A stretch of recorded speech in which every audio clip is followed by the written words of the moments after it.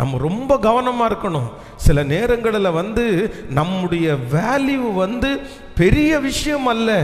நம்மோட சண்டை போட்டு நம்மோட கத்தியை தூக்கிட்டு நம்மளை விரோதிக்கிறவர்களாய் அல்ல, ஒரு சொற்ப மதியினம் நீங்க யார் அப்படின்ற வேல்யூவையே உங்களுக்குள்ளே இருந்து எடுத்து போடும். பிசாசு ரொம்ப மோசமானவன், அவன் திருடன், அவன் அழிப்பதற்காக வருகிறவன். அவன் நம்மிடத்திலே ஃபர்ஸ்ட் செய்கிற மிகப்பெரிய தீமை என்ன தெரியுமா? நம்மளை வேல்யூ உள்ள பர்சன் இல்லை அப்படின்றத அவன் நம்மளை காமிச்சிருவான். ஒன்று நீங்கள் நினச்சிக்கங்க, நம்ம எவ்வளோ வேல்யூவான பர்சன் அப்படின்றது காமிக்கிறதுக்காக நம்ம தவறான வழியிலே நம்ம போக வேண்டிய அவசியம் இல்லை. இந்த வசனத்தை வைத்து நீங்க பார்ப்பீர்களா? சவுல், இந்த சவுல் ராஜாவாய் கர்த்தர் அபிஷேகம் பண்ணினார். அவனை சமஸ்த இஸ்ரவேல் ஜனங்கள் மத்தியிலையும் நீதாப்பா கரெக்டான ஆளு, நீதாப்பா வேல்யூவான பர்சன் அப்படின்னு ஆண்டவர் சவுலை கொண்டு நிறுத்திட்டாரு. ஆனா சவுல் கொன்றது 1000, தாவீது கொன்றது 10000 பாடினாங்க பாருங்க. தனக்கு அந்த வேல்யூ இல்லை அப்படின்னு தெரிஞ்சதுக்கு பிற்பாடு அவனால அந்த மினிஸ்ட்ரியை தொடர்ந்து செய்ய முடியல.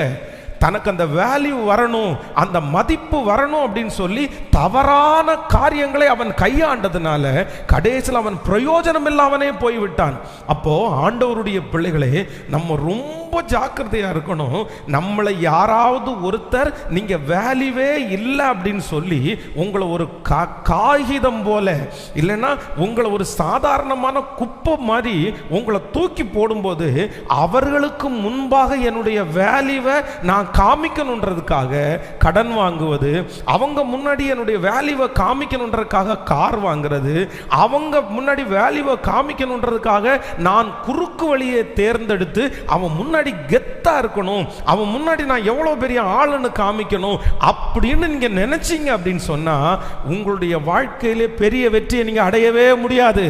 ஆனா ஆண்டவர் சொல்லுகிறார், ஏற்ற காலத்தில் அவர் உங்களை உயர்த்தும்படி எந்த இடத்திலே ஆகாது என்று கல்லை தள்ளினார்களோ, எந்த இடத்திலே வேண்டாம் என்று தள்ளினார்களோ அதே இடத்திலே நீங்கள் சங்கீதம் 118வது சங்கீதத்தினுடைய 22, 23 வசனத்தில் வாசிக்கும் போது, வீடு கட்டுகிறவர்கள் ஆகாதென்று தள்ளின கல்லே மூளைக்கு தலைக்கல்லாயிற்று, அது கர்த்தராலே ஆயிற்று, அது நம்முடைய கண்களுக்கு ஆச்சரியமாயிருக்கிறது, ஆச்சரியமாயிருக்கிறது.